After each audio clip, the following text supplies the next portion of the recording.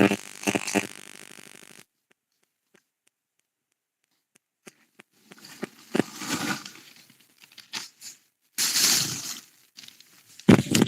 evening, everyone. We are requesting you to keep your mics muted.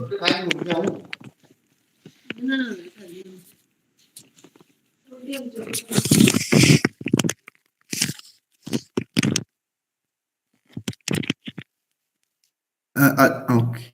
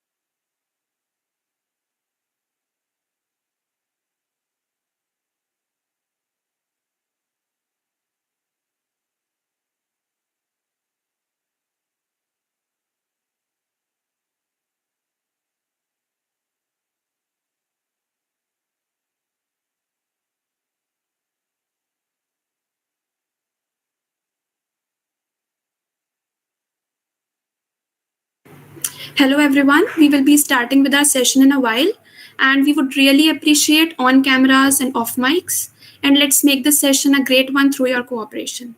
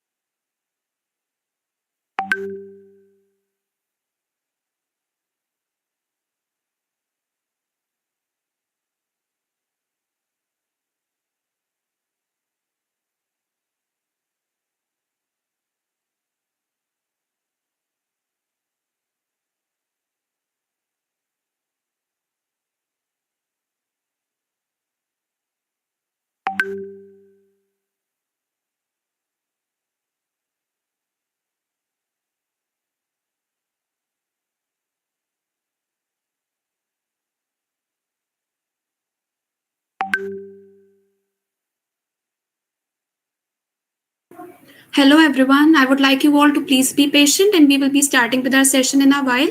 And Team Bunyad really request you all to please cooperate through the session. And we would really appreciate your on cameras and please mute your mics during the session. And we will be starting in a while.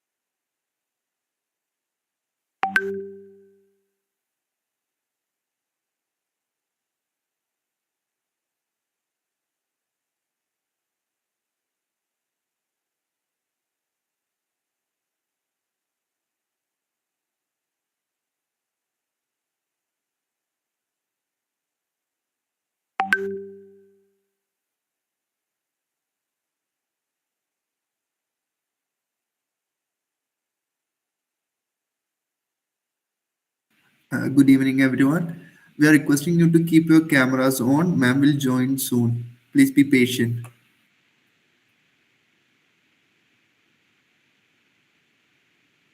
Yes, we are just waiting for her to join us. As soon as she will join us, we will be starting with our session.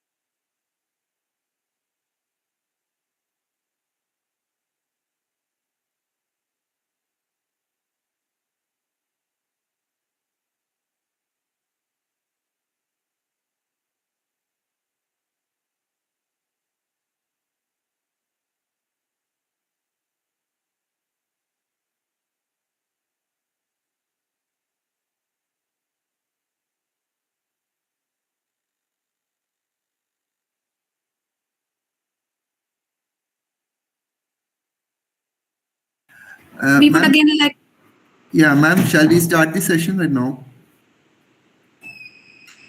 Ma'am, are you here? Hi guys, am I audible? Yeah, you are audible, ma'am. Yeah, just give me a minute. I have my very shaky network here, so you have to really let me know if you can hear me or not. No issue, Can you ma'am. hear yes, me? ma'am. We can hear you. Yes, Right. ma'am. Okay. Okay, great, great, great. Okay, ma'am. Our waiting is over right now. Ma'am, shall we start the session? Sure, sure. If you guys are ready. Okay, ma'am. Good evening, everyone. I extend a warm welcome to everyone. Today, we are very grateful to have Miss Aparna MB IAS ma'am among us. On behalf of Bunyad, the Civil Service Society of Hindu College, I welcome you, ma'am. And we also express our gratitude for accepting our invitation and taking time out of your packed schedule for us. Ma'am, I'm very happy today because ma'am is from my state, Kerala, and ma'am is from my department, Alumini too. Over to Ananya to introduce our guest speaker. Yes, thank you, Akhil. As it is rightly said by Abraham Lincoln, the best way to predict the future is to create it. And yes, again, Bunyad, the Civil Services Society of Hindu College, is back with another inspiring webinar with IAS Aparna MB Ma'am. Ma'am, we are extremely delighted to have you among us today. Ma'am secured 62nd rank in UPSC CSC examination with economics as her optional. She is an alumnus of our own Hindu college and also of the Delhi School of Economics. She is a native of Kanyapuram in Tiruvananthapuram.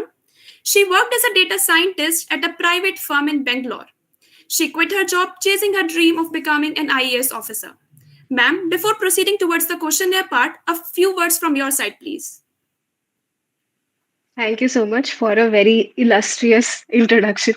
I really don't think I've done enough in life to deserve that, but it's always a pleasure to reach back to where you started out from. So, Hindu College always has a very special place in my heart. It always will, and I'm very happy to see you all over here today. But the last time I visited Hindu, it was unrecognizably changed, and that's like a sad reminder of how old I'm getting. But anyway, but I'm really glad that Hindu actually now has a civil services society. So that's good to know that you're actually taking very proactive steps towards achieving that dream for the young aspirants. So that's a great uh, stride for Hindu. And before we start, I also thought that we can, I'll speak for the first 10, 15 odd minutes. I'll give you a brief background of how the journey has been for me and probably talk about a few major questions that can be common questions for a lot of aspirants. And then we can jump into the Q&A. Does that work well for you guys? Yes, ma'am, sure. Great, great. So to tell me whenever I'm not audible, just give me a wave your hand or something because I have a really bad wonky internet here and I'm a little unwell also, so you have to excuse the Sure, ma'am. faintly duckish quality of my voice. No, no, But ma'am, it's No, completely ma'am. yeah, fine. great, great. So basically, as the introduction said, I'm from Kerala and I did my graduation from Hindu and then I went on to do my PG from Delhi School of Economics. So Hindu I did in 2014 and DSE I completed in 2016. And while most of my colleagues were already in the zone of preparing for UPSC when I was in Hindu, I was very surprisingly quite away from that entire, zone when I was in Hindu. I was, just taking life as it goes. All I really knew for sure was that I wanted to progress my academic career a little more. I wanted to do a master's from DSE. That's the only thing for certain that I knew. And over time, DSU also gave me a lot of varied experiences. I had a fellowship from DSE, which gave me the opportunity to go work in Jharkhand for a couple of months. So maybe over time, those experiences also influence you in certain way. And even then, there were already a lot of colleagues around me, my friends who were really into UPSC preparation. Even back in my family, my parents were constantly, egging me on in that direction. But somehow those were not very strong enough reasons for myself to, jump onto the bandwagon. I wanted to be convinced myself that I want to embark on that journey. So I waited. So as it happens, um, by the end of your 2 years in DSE. DSE has great placements. So I just naturally followed in that direction, and I got placed with a good firm with a good package. And somehow, life acquired that quality of, going with the flow, as they say. And it was a very good job that I had. I had a lot of exposure in the field of data analytics, statistical modeling, all of the things that the teachers at length in DSE. So, in a lot of ways, it was also furthering my, um, what to say, intellectual satisfaction. Knowing that what you read in theory is something you can do in the real world. So, that stint lasted about 3 years. I was in the private sector for 3 years. And in that atmosphere, I mean, that's the time when you think that, okay, you're in a safe zone. This is the time when you can actually experiment and, tread your leg out of the water without, knowing for sure that you won't drown. So that sort of thing. So I attempted prelims twice when I was working, and that is to say, it was not a regular 9 to 5 job. It was a consulting industry. So there were days when I was free at 2 p.m. in the afternoon. There were days I was taking calls at 3 a.m. at night. So it was very unpredictable. But my first attempt was a total bust, and I didn't even capture the essence of the exam, I would say.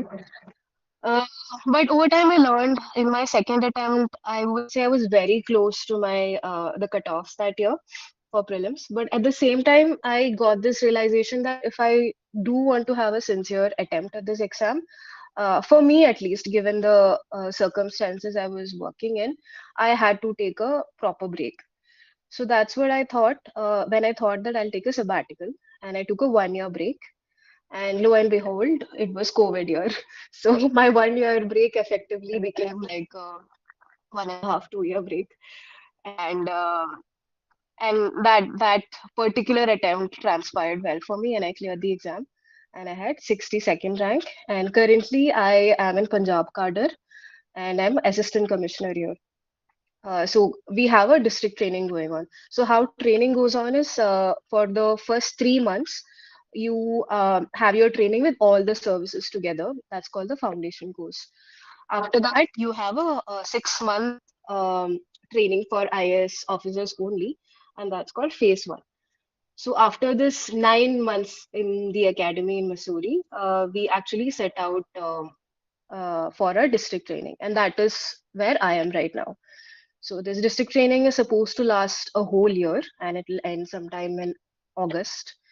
And after that, there's another phase of training you have to go through called phase two, and only then will you be finally posted as a officer in your cadre. So that is where I am currently. And as to some common questions that might come up, I have to say this at the beginning that this journey is very different for every person. So what I might have found right might not be what somebody else might. So if you're really really sure about the fact that this is really the journey you want to undertake, then I would say sometime around your third year of undergrad is a good time to start thinking about it. And that is not to say that you should miss out on any of your clubs and societies, or any of those extracurricular activities, because trust me, I think at the end of the day, when you sit in front of the interview panel, those experiences count more. That it defines you as a person. That's where the personality aspect comes through. So no amount of coaching or hours of study can actually teach you those things. So while you're in college, my first piece of advice is please get yourself involved in as many extracurricular sports activities as you can. I was also a member of many clubs and societies. I was also a part of an actors. So all those were great experiences. They give you uh, thoughts and ideas that you can even find practical today sitting on the field. So please do that. And secondly, what you can do right now, even if you're in your first year, is start reading newspapers very seriously. Um, I'll talk about it in detail later, but typically when you're an aspirant, the way you read your newspaper is also a little more different than, just reading a headline and, forgetting about it. Focus on editorials more, given that if you are from the economics department, focus on the economics articles a little more, deep dive into the concepts that define the headlines, those sort of things. And lastly, if you are very serious about it, like I said, you can think of it seriously from your third year. And if you think that you are totally new to this field, or if you are a person who functions well in a classroom setup, then you can actually go for a coaching also. Personally speaking, I never took classroom coaching, but um, after the exam, after pre, I took a lot of test series from nearly 4 to 5 institutions. And now, if you actually Google, it'll look like I took 10 coachings instead of one, because that's how it looks like. But I can assure you, I took a lot of test series, but I've not taken classroom coaching. And it's not because I'm too good for it, or I was better than anybody else. The reason is that I generally function well, or I study better when I'm in a solitary environment, so to speak, and I have complete control over my schedule. But again, if you are somebody who functions better in a group, then you can go for a coaching um, around the third year of your college. And by the time you finish college, you can take a year off and then probably give your attempt. But I would also seriously advise that anybody who's venturing into this field also needs to have a good idea of a backup career option, because due to no fault of the aspirants, the structure of the exam is such that it does not linearly reward intelligence or hard work. I can sit here and tell you the number of people who till today consider more intelligent than me, who have not been able to clear the exam. So it's simply because there is a certain set of skills that you need to clear every stage of the exam. And until you yourself have figured that out, you cannot clear the exam. So it might happen really early for some people. Some people clear the exam when they are 22, 23 years old. For me, it happened when I was 26, 27. So um, until you get to the bottom of that yourself, it's a bit of a conundrum. But having said that, I'll go back to what I said in the beginning, that this journey is very different for each aspirant, and whether or not you want a coaching is totally depending on the kind of person you are, right? And one more thing I would lastly add is, even if you do or do not take a classroom coaching, you should definitely test yourself a lot. You should join test series, practice a lot of mocks, do past year papers. So these are non-negotiables when it comes to preparing for this exam. So this is my ounce of where the kind of journey that I have undertaken. So, if you have any specific questions regarding any stage of the exam, or anything regarding the process, or what to expect, you can probably ask now. Okay, ma'am. Thank you, ma'am, for your inspiring words. Ma'am, shall we proceed with the question and answering session right now? Sure, sure. Okay, ma'am, the first question. You have a glorious background in economics and you have done your master's from D School and having a work history as a data scientist. Can you please share with us what motivated you to choose this path? Well, a lot of things, in fact. Like I said, I mean, for me, I wanted to be convinced myself that I want to undertake this journey. So, when I was an undergrad, I had this faint idea in my mind that that nebulous concept of what public service is about, or without any idea as to what it really entails, or what is the role you have to play. But it was nothing concrete when I was in my undergrad. In masters, that is when you try to join the links and understand how policy impact is measured. What does it really mean to execute a policy on the field? Those sort of insights. So there, that nebulous idea that I had really took some shape. But like I said, I was also curious to figure out what alternatives do I have. So I always enjoyed math and data science. When an opportunity in data science came along, I thought, why not experiment? That was supposed to be a short experiment, but I mean, the job was reasonably enjoyable, and it went on for 3 long years.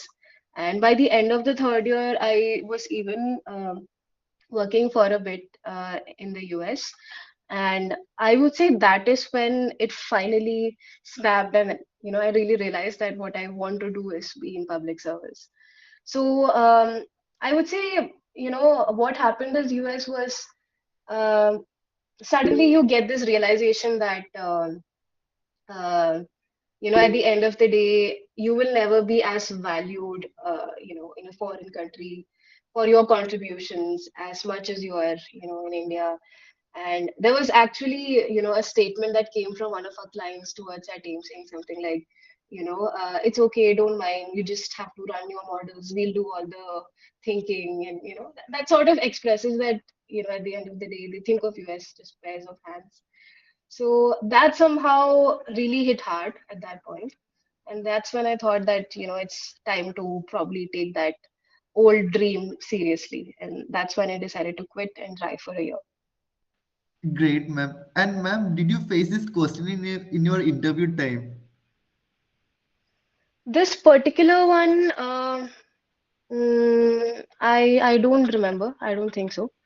But they did ask me as to why I did not go further, and do a PhD in economics. So that was a question I got, and I answered saying that I wanted to do a little more hands-on field. I wanted to be on the field and experience, policy implementation from the grassroots, and all those fancy words you say. But yeah, I mean, in some shape or form, it does crop up when you face the interview board. But as long as you have your personal motivation sorted out, you can answer those questions. Interesting, ma'am. Hmm. Okay, thank you, ma'am. Although you told us about this, but still there is some confusion that being in college, the basic question in the minds of aspirants is about managing college and preparation. Although being in Hmm. Hindu college, which is so active in the societies and other activities, the students feel as if they miss something if they engage in the serious preparation even in their third year also. So we can see a trade off between college exposure and CSC preparation. So what's your take on this? That's a very fair point. And like I said, the priority right now should definitely be on the college experience. Never compromise on any of your extracurriculars, never compromise on your classes. Uh, do marks matter? Maybe that's a hazy area I don't want to step into, but it does help you when you have a good score, even probably to get into a college like BSc, right? So you can't underplay the importance of that either. So if the question is how to manage that opportunity cost, I would say, uh, do all those um, time non-time heavy preparation strategies that I mentioned before, like read newspapers more seriously. It doesn't really matter because at the end of the day, the year that you give UPSC, the newspapers for a year before that only count. But you have to get into that habit of reading a paper from the point of view of the exam. So that habit you can cultivate right now, even in your third year. And one more thing you can do is you can actually read your NCRTs. I know it sounds really silly to go back and read high school textbooks, but trust me on this, there has been precedents where UPSC has directly asked questions from NCRT textbooks. So reading textbooks like that should not be very time consuming or energy conserving for even for somebody in their third year.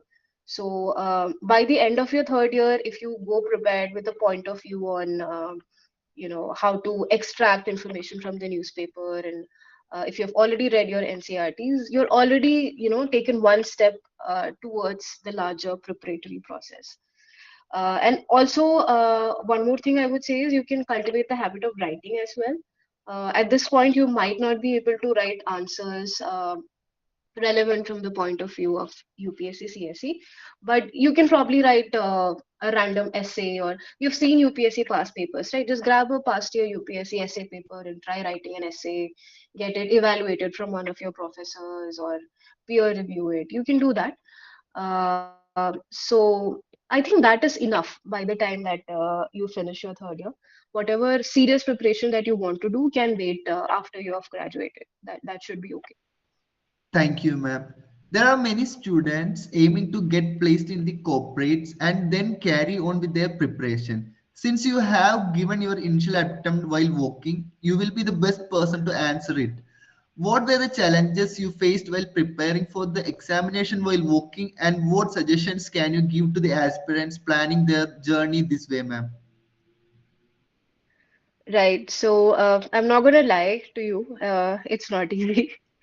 It depends on the industry that you're in, really. If you're really serious about your UPSC preparation, do not get into consulting. Do not get into sales and marketing, because these jobs, by definition, sort of work in, inter time zone areas. So you will be taking client calls when it's morning in US, which will be midnight for you, and it'll be very unpredictable for you to come up, and you can't really come up with a proper schedule. So the first thing that you need in UPSC is a consistent number of hours that you can spend. So you will never have that if you are in a consulting firm. So it's difficult if you are in such kind of job profiles, but it's not impossible. There are people who have been in such profiles also have managed to do it. The key here is to, like I said before, extract those fixed number of hours every day and make sure that you put in your dedicated effort then. And I would say till about prelims, it's possible to keep doing this. But given that you clear prelims while you're on your job, you definitely have to take a sabbatical for the time between your prelims and mains, because that's a time when you have to cram a lot of information and you know uh, streamline your writing habits. So it's impossible to do it when you're working full time. Then you can actually you don't have to quit your job. You can take a sabbatical. It depends on the financial condition that people have at their homes also. There are cases where we find it difficult to actually let go of a job when there are serious dependencies on you. That's totally understandable. And if that is the case, then instead of quitting your job post prelims, you can actually take a sabbatical. Most companies allow that. Just make sure you have a good relationship with your manager and the HR so that they let you go when you really have to. Thank you, ma'am. Those were some of the very great suggestions and useful insights. And ma'am, each year students make their entry into the colleges of Delhi, and most of them have in their minds the dream to crack UPSC. And we can see that UPSC talks in Delhi, even in the metro. Delhi has evolved as a national hub of UPSC CSC. So we can see other mini hubs developing, like your own district, Thiruvananthapuram. And ma'am, what do you think about this? Is coming to an expensive city like Delhi really needed for cracking this exam?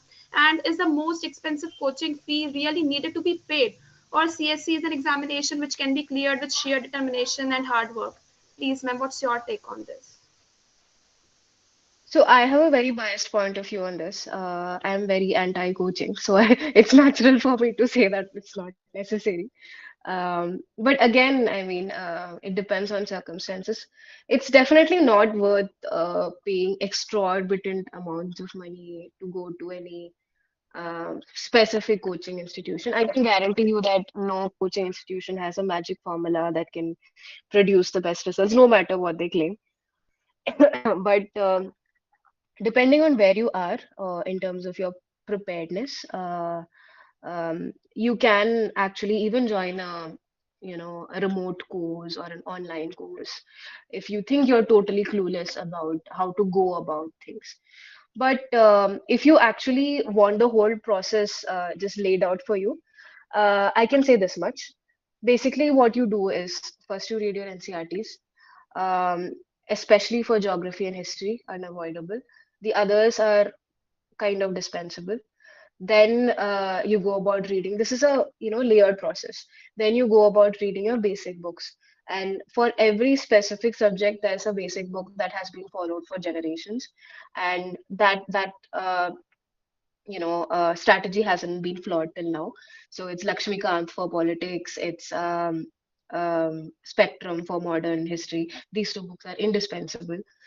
The others, there are some variations. There's Shankar for environment, and some of other books from which you can do selective reading.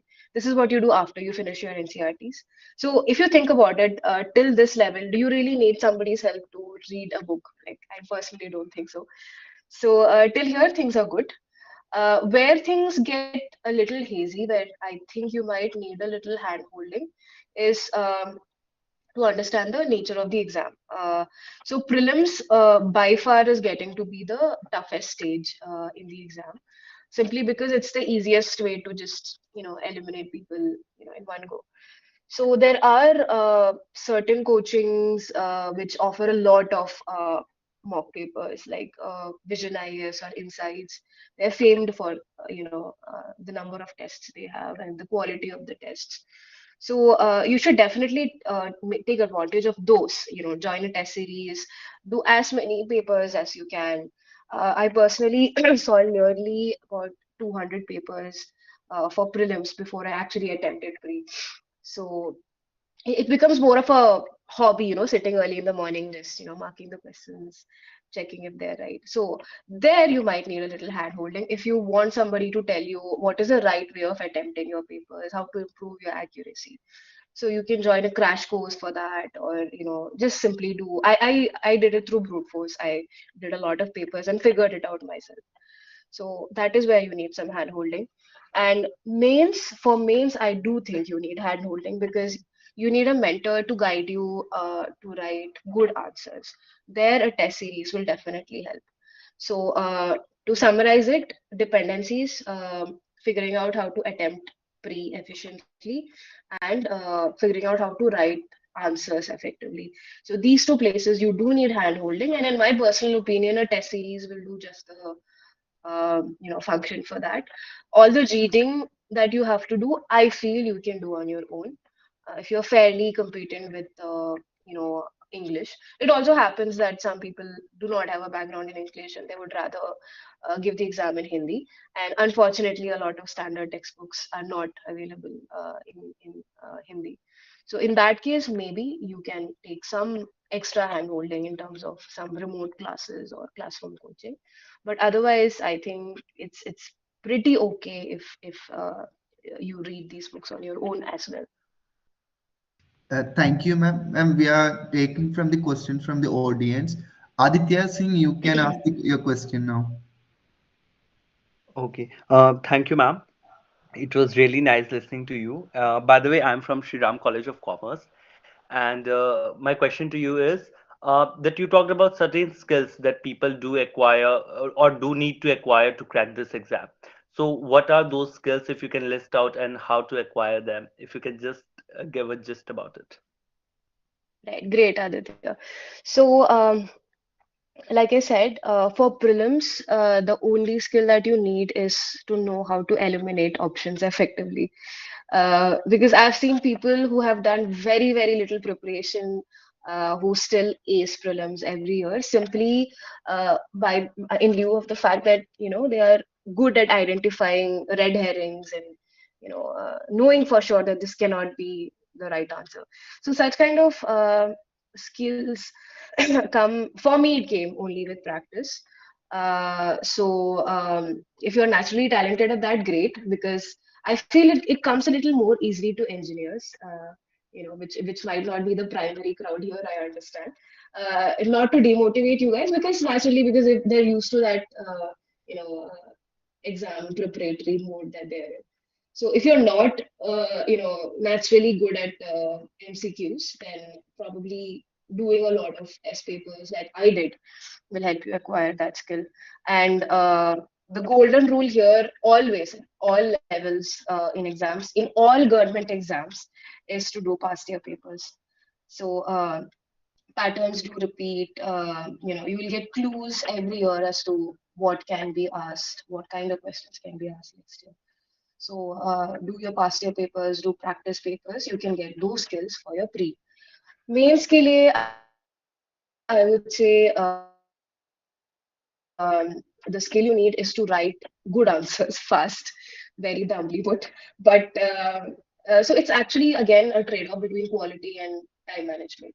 So you have to make your answers look smart, even if they aren't. So that's where a lot of these diagrams and frameworks come in handy. So the time till your pre is where you build that repository of building up the material that can value add to your answers. After pre, between pre and mains is the time when you can manage your speed.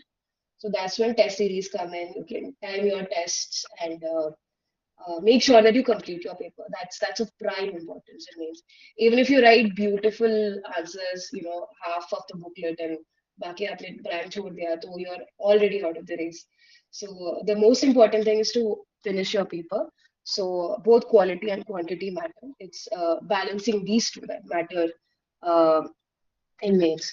As for your optional, nothing beats technical prowess. If you have chosen an optional, make sure that every line of your syllabus you're thorough with, and all the models, or if it's a technical option, all the models, all the social scenarios that are described are familiar to you. You know a lot of examples, demonstrative aids that you have already in place, which you can use amply in your answers. So that's mains done for you.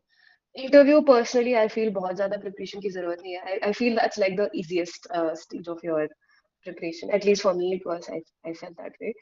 So you don't really have to try excessively to be a different person.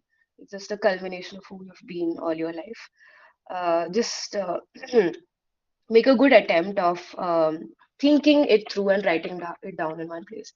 Like if suddenly somebody asks you, something very personal, you shouldn't be, you know, grappling for answers. You should have it, ready on the tips of your tongue.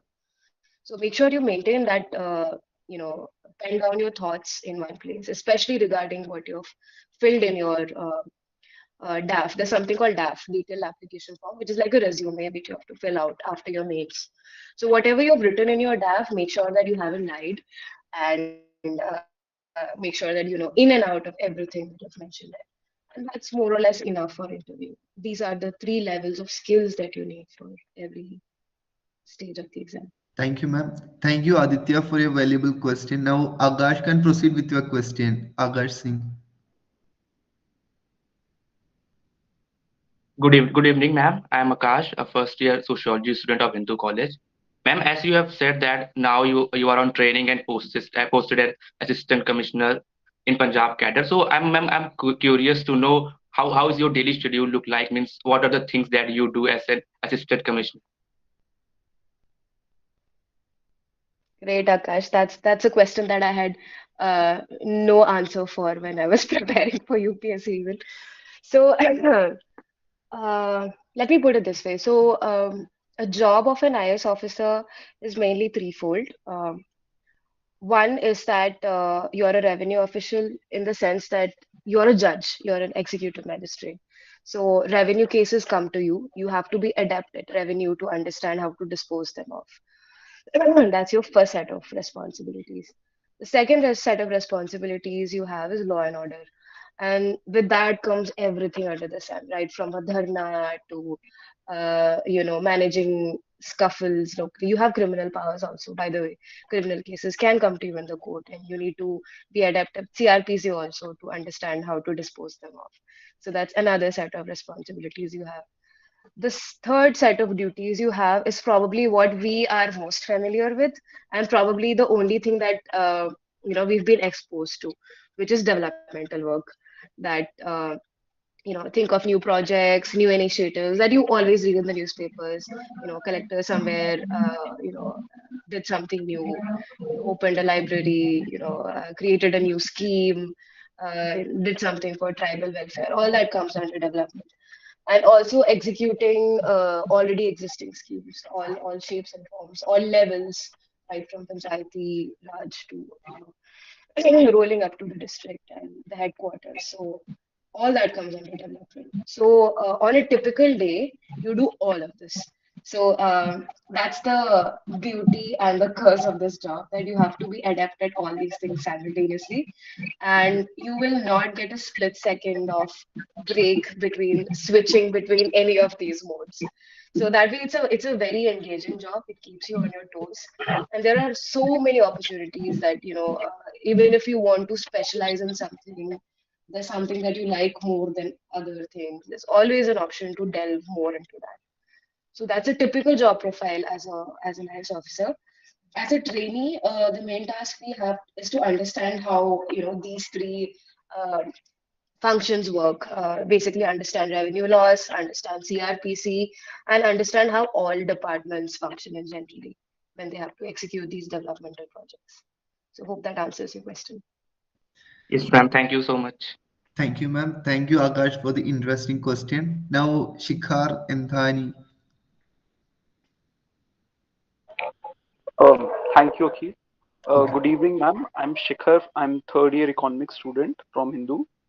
Uh, as you mentioned, your optional was economics, so I would like to know more about your strategy upon it, how you dealt with the Great. subject, and thank you. Right, right. Great, Shikhar. So, economics, as you know, has two papers. Paper one is mainly theory, different models, and paper two is painfully Indian economy. So, it's basically historical economics, what we call IED, I think, in Hindu college. So, paper one के लिए तो you have to go line by line in your syllabus and make sure that right from the defining parameters to the practical examples of everything that you need to know. And इसके लिए you have a lot of online resources from previous toppers, like Gaurav Pudar and Abhimanyu Gehlot. A lot of these are online blogs that are available. So you can use their notes for your preparation. And um, for paper two, I would say paper one is better done, on your own, because no matter how much you read somebody else's notes, it's up to you to actually draw that diagram and understand, the effects that are at play. So I would say, ये आप खुद कर लो. Read the models yourself. Read the prescribed textbooks. There are two, three textbooks that are prescribed for economics option. वो पढ़ लो आप and make your own notes for paper one. Paper two के लिए I too relied completely on past year toppers notes because I didn't have the patience to read through any textbook, and already toppers have done the not so enjoyable task for you. So you can read their notes, and whatever gap that you feel are there in the syllabus and the notes, you can Google and find out and then make your own short notes.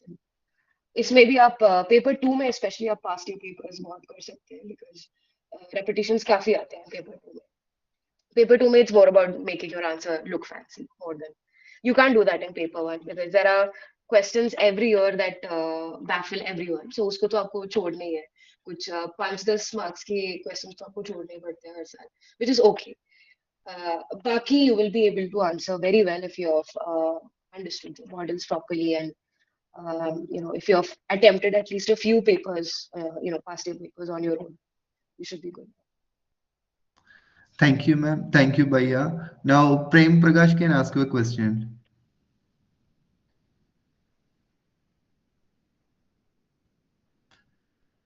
Thank you, sir.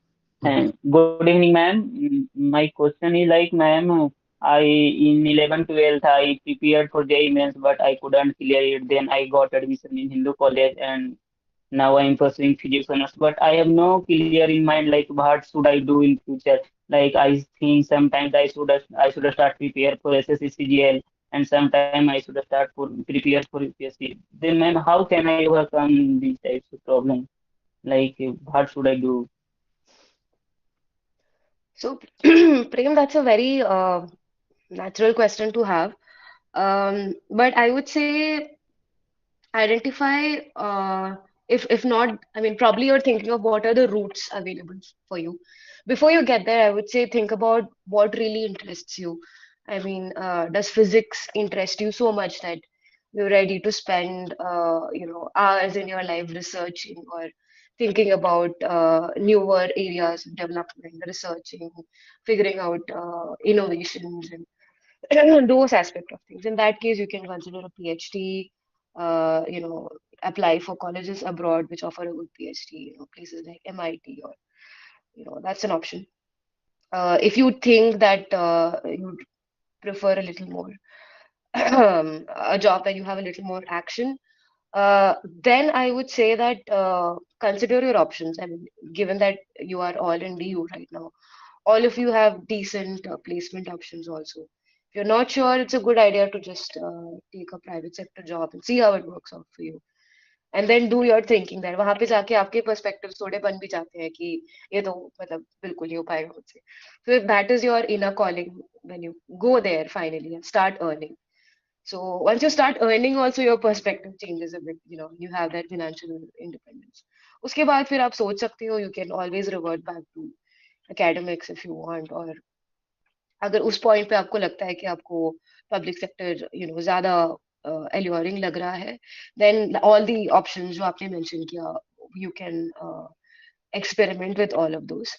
UPSC के लिए बस यही है कि you have to be sure, the profile that I just described is what a typical day looks like for you. So you should make sure that you are interested in law, you're interested in culture in general, because you never know where you will end up, which state you're going to work in, if you want to be in IAS, of course. And by the way, there are also other options available in UPSC. You can join IFS or IRS, or any of those allied services if even IAS is not appealing enough for you. IPS is also a great job to have.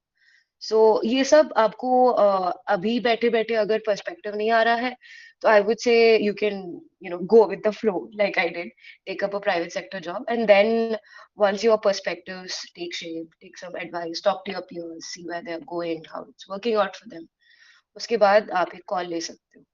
I hope I was able to help you a little bit Thank you, ma'am. Thank you. Thank you, ma'am. Thank you, Prem. Now Abhinav can ask you a question. there. Yeah, good evening, ma'am. I'm Abhinav doing eco honors right now in the second year.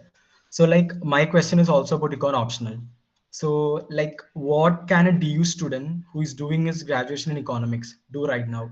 Like, for macro, so we are reading Don Bush and like Blanchard. So, what else we can do during the 3 years of a graduation so that we can keep economics optional paka? Like, even in the third year, like, we are gonna face, like, we are gonna have Indian economy papers for the last 2 semesters. So like what specific things can be done so that like we can be like paka with our optional? Can you answer that? Thank you, ma'am. Yeah, just read your textbooks well. Nothing else, because fortunately the syllabus for paper one is completely congruent with your undergrad syllabus. For me, it was difficult because I had already gone through DSE and done a lot of extra stuff. So I had to like undo a lot of that and remember what I did in my undergrad to prepare for my optional. So you can just read your basic textbooks now. Uh, there is a basic textbook for economics, which I cannot remember the name of right now. So it's just a compendium of microeconomic models. I can text you the name of the textbook later, but it's nothing different from what you're doing right now. It's probably जो आपने ManQ में किया होगा, all those basic books जो आपको readings बन के आते हैं. So it's just a compendium of that in one book. So you don't have to do anything extra. Just make sure that go through the syllabus, make sure all the models. Oh, thank you. Yes, it's HL Ahuja. Thank you, Shikhar, for that. Yeah. So it's HL Ahuja. You can actually read it, go through the index, and see whether there's anything extra there that you're not doing already. So, बाकी कुछ extra models है. There are some models which we don't do in undergrad. You can read them up online. Read this book also. It's not a great book, but it's all in one place, so it's convenient to read it from. And Blanchard and anyway you have to read again, so already you are reading it, so that's good enough. Micro, this book will help you out. Macro, also to a large extent, what you're reading will help you out. Don Boston Fisher and Salvatore, those kind of books are more than enough. So paper one के लिए बहुत ज्यादा extra नहीं करना है just look at the syllabus and जो भी आपको एक्स्ट्रा मॉडल्स लग रहे हैं वो खाली just read them read it from this HL Ahuja book. That should be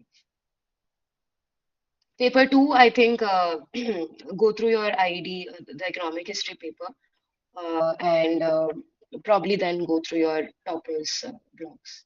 That should be enough. उससे ज़्यादा.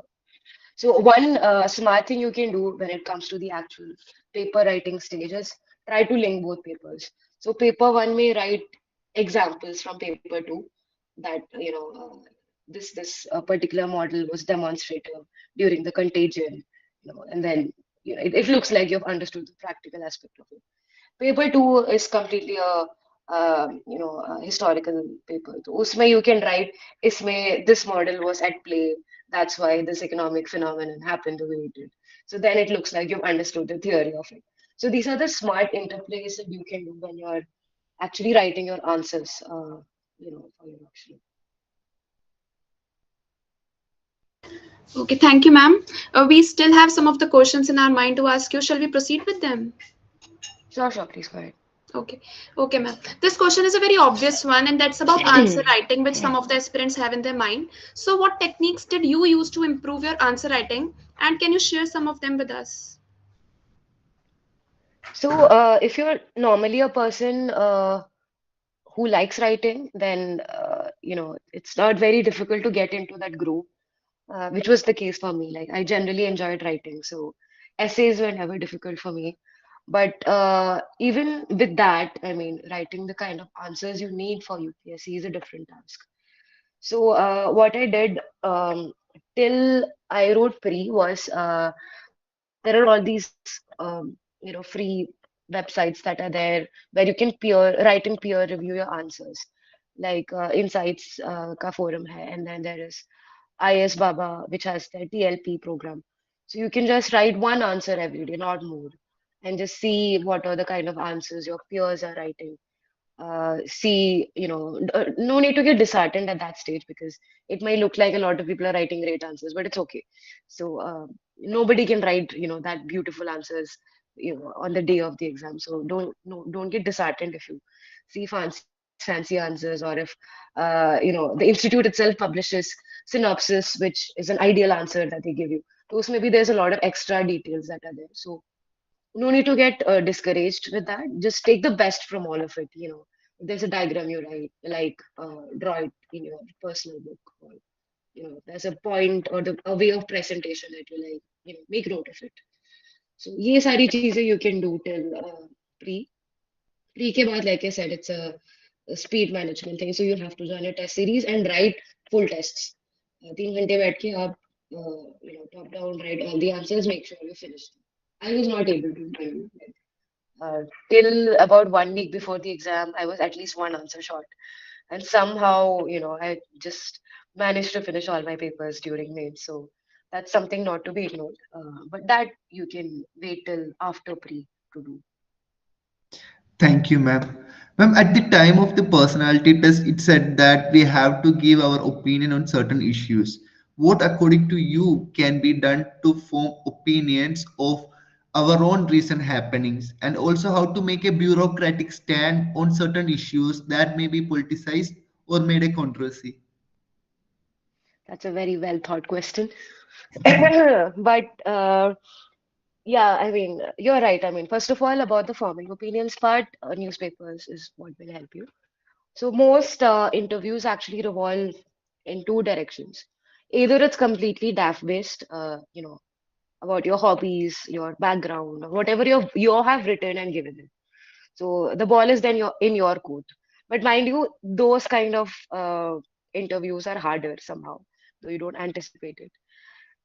Because they'd ask you deep personal questions, and if you don't have a thorough answer there, then you are trapped. So that was mostly how my interview was. It was completely DAF oriented. The other direction you can have is, current affairs focused. उसमें they can ask you something related to the educational background you have. So for that, A, be thorough with your optional, be thorough with your educational background. Some people take optionals which are not been their primary, you know, subject during their undergrad, which is okay. But if there have been like major developments in that area, then make sure you are aware of them at least. And बाकी generic current affairs के लिए by the time you reach your interview, you will anyway be well versed with current affairs. So no need to worry about that too much. But what you need to put some thought in is the second part of your question as to how to be careful as to what you say. You don't have to be an unnaturally different person in the interview.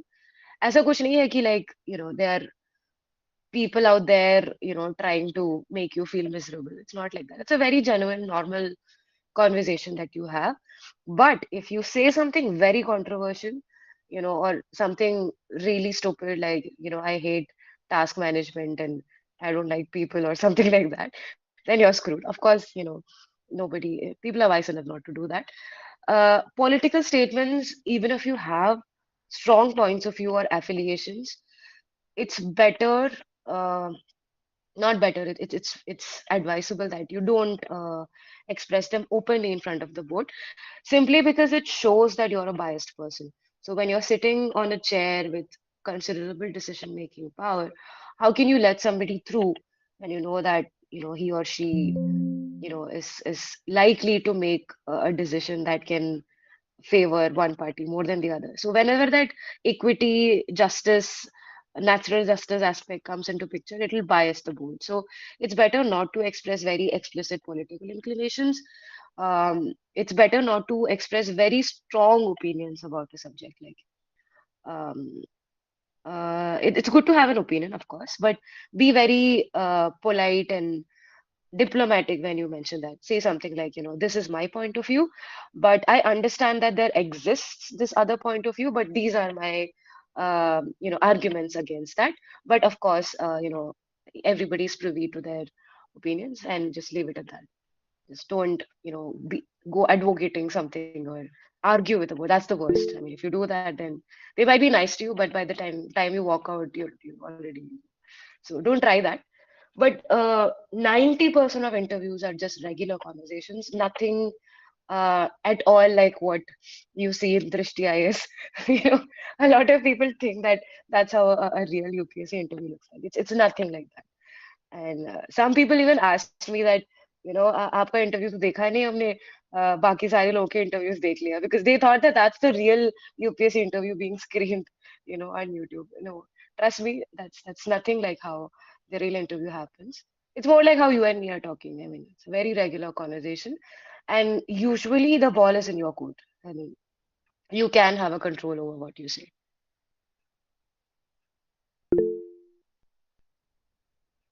Yeah, Vishal. Okay, thank you, ma'am. Thank you. Okay, now Vishal has raised their hand. He can proceed with the question. Good evening, everyone. Good evening, ma'am. This is Vishal, first year economics honor student. In the very initial stages, I feel like it's very difficult, to go with the newspaper, to read the newspaper. So I just want to ask you, like, can you advise me on what to read, what to leave, and like what should be the strategy, how to approach the newspaper if you in the very initial stages? So that's a fair question, and this is something people don't master even by the end of their preparation. So firstly, it should not be a very longish exercise, and I personally feel it should not be done in the beginning of the day, because it's not a stressful activity. It's an enjoyable thing you can do. So I used to do it towards the end of my day. I used to do my static preparation in the beginning, and towards the end of the day, एक और added advantage क्या होता है कि all these institutes come up with daily news analysis videos on YouTube. So what you can do is initially you can spend like an hour reading a newspaper, go through the main headlines, all the headlines, all pages, um, specifically focus on the editorials. And I would say sticking to one newspaper is more than enough. Hindu is usually the norm. That's more than enough. कुछ लोग बोलते हैं read Indian Express also. I think it's overkill. Don't do it. But anything that you know, if you're not able to frame questions out of the newspaper, that's where your videos come in handy. These institutes do that. They come up with these videos. You can watch them probably at 1x, 2x, 1.5x speed, and figure out what aspects of the news you missed while you were reading it. So what they do is they frame MCQs from the article, and then they relate it to past year papers and ask it in such a form. That really helps. So वो आप कर लेना. And specifically economics के लिए, uh, so as you know, GS3 में there is a part of economics also, which I did not specifically prepare for because it was already my optional. But as economics students, what you should do is read the budget very well, watch some budget analysis videos, and economic survey as well. Same applies. And personally, I like these. Byju's had this weekly economics module that's there on YouTube. So I used to watch it once a week. It assimilated all the important economics articles from different newspapers. So वो भी आप देख सकते हो. That'll add some value to your paper two answers as well. So after that, आपने paper पढ़ लिया, you've read the headlines, you've thoroughly read the editorials, and then you've watched the news analysis videos, then you're done with it. And if you're doing this regularly, like every day, if you've done this, then at the end of the month, you get your monthly compilation. All these institutes have. Vision has one. I think I used to refer to Vision monthly current affairs होते थे.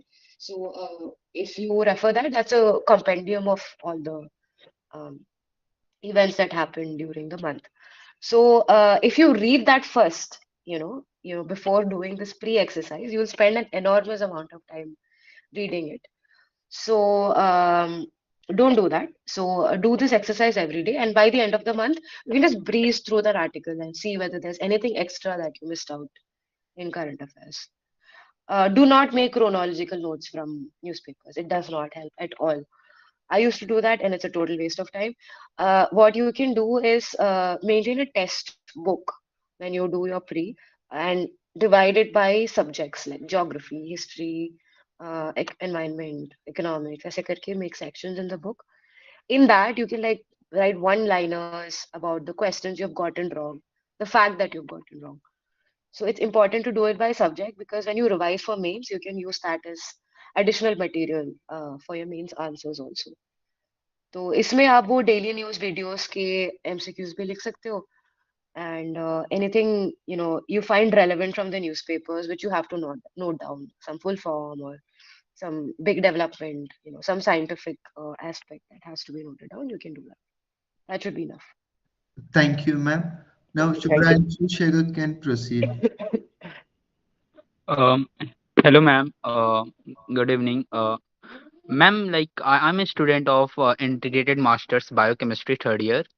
जैसे कि ma'am मेरा जो course है like in graduation it's a pure life sciences how to choose ma'am optional form like there is no subject of life sciences उसके लिए हमें क्या अप्रोच Right. रखना See, honestly speaking, I'm also not sure what is closest to life sciences in the list that you have.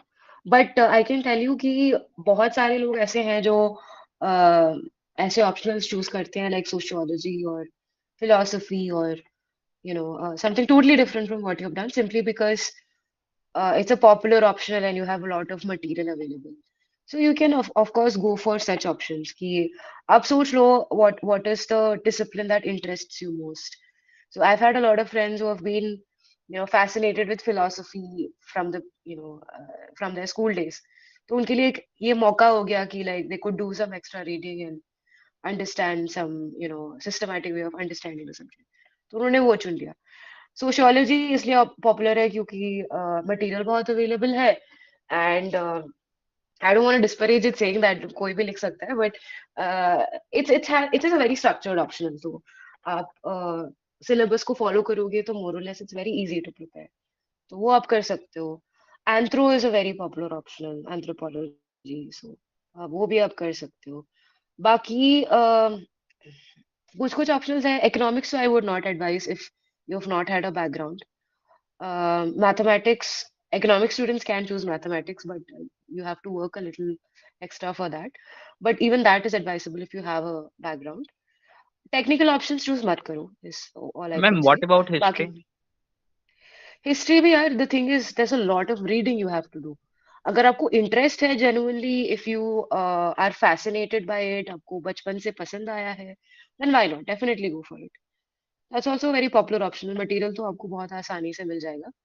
But the key variable factor here, if you don't have the same background, is your interest. तो ये ऐसी एक चीज है जिसके साथ आपको बहुत घंटे बिताने हैं. तो अगर if you hate it at the end of the day, then it's a waste of your time, and it's you will not be able to produce the right results on the paper. तो जो भी आपको interesting लगता है वो आप चुन लीजिए. अगर आपको हिस्ट्री पसंद है तो read the syllabus for anthro also. You might find that also interesting. So तो जो भी आपका सब्जेक्ट ऑफ इंटरेस्ट है, उसके उससे मिले जुड़े सब्जेक्ट्स जो हैं वो थोड़ा आप सिलेबस पढ़ के देख लीजिए. See they fascinate you, interest you, then you can take that call. Thank you, Shukriya, Shubhram. ma'am. Thank you, ma'am. Actually, it's already 8:50. Now we are proceeding with the last one question. Ma'am, one of the main issues faced by the teenagers is the management of stress, failures, and emotions. Getting inside a serious mode of preparation for UPSC can be really rigorous, and there may be instances where we feel low. How did you keep yourself motivated throughout your attempts? How did you manage your failures, ma'am? So that's a very, very relevant question, because um, this is a very stressful preparation process, simply because it stretches your patience like nothing else. आपका cycle ही इतना लंबा है कि if you mess up at one stage, you have to wait for the entire cycle to repeat again. So that means that you have to be very, very patient. And patience doesn't work well when you don't have a good backup option. So that aspect actually feeds into your insecurities. So first and foremost, इसमें आपको जो करना है, I would say is that make sure that you have a personality outside UPSC. For me, it has always been economics, or I've been a person of the arts. I'm a dancer, so even if somebody asks me today, I can relate to that and say that that's a big part of my personality. So have something that um, attaches your personality and illuminates it that way. So this is the right time to do this. College days, masters ka time, take that time out to build that personality. First of all, number one. If you're doing that already, you are a well-rounded personality. आपको insecurities कम आएंगी. But despite that, आपको stress आएगा, because simply because the process is very grueling. So the only thing that helps you there is probably be physically fit. उसके लिए you have to do have a regular exercise routine. I used to work out every day without fail. Do some meditation. Have a select group of friends who are not preparing, जिसके साथ आप you can have a heart to heart conversation. For me, it was my fiance, who's now my husband. So at the end of the day, if I had to complain about something, I would just ring him up and just you know bawl like a baby. So that was my day for me. That's enough. So for some people, it's your family. You can open up to your family, discuss this over tea every day. Ki dekho, this is how my day has been. This particular aspect is not working out for me. If you can help me out, that'll be great. And honestly, all families usually are very supportive when children say that they want to prepare for UPSC. And my father actually was sweet enough to the extent that he said, Dekho beta, you can't look at all current affairs websites on your own. I'll look at some and make notes for you. And while it's true that it did help me a lot, that gesture is actually very, that kind of moral support really helps, when somebody is looking out for you. So create that sort of environment at home with your friends, be physically fit, and have a hobby when you're preparing. And make sure that you take time out to do that. So all this should keep you sane during your preparation. Thank you, ma'am. We will keep all of your valuable suggestions in our mind. And this was really a very fruitful and insightful session. And we are very grateful to you for clearing our each and every doubt regarding the examination and this and its journey of preparation. Thank you so much, ma'am. And now I would like to request the president of our society to please express the vote of thanks. Rahul Bhaiya, please. Yeah, everyone. Yeah, very good evening, ma'am. First, I would like to, start with the quote of Stephen King that don't let the sun go down without saying something to someone and, without admitting to yourself that absolutely no one gets this far all alone. We are and we will always be true to you, ma'am, for presenting such insightful thoughts on the topic. Next stop is the top. Thank you for so thoughtful to take the time out from your very busy schedule for us. And the atmosphere throughout the session was very stimulating. I'm sure your generous spirit has, touched our lives and inspired us more times than we can count in this very little time. Ma'am, for being so humble and kind to share your valuable or indispensable experiences with us. As the saying goes, there is no shortcut to experience. We learned many new things from you today. Thank you so much. Thank you so much. Those are Mm.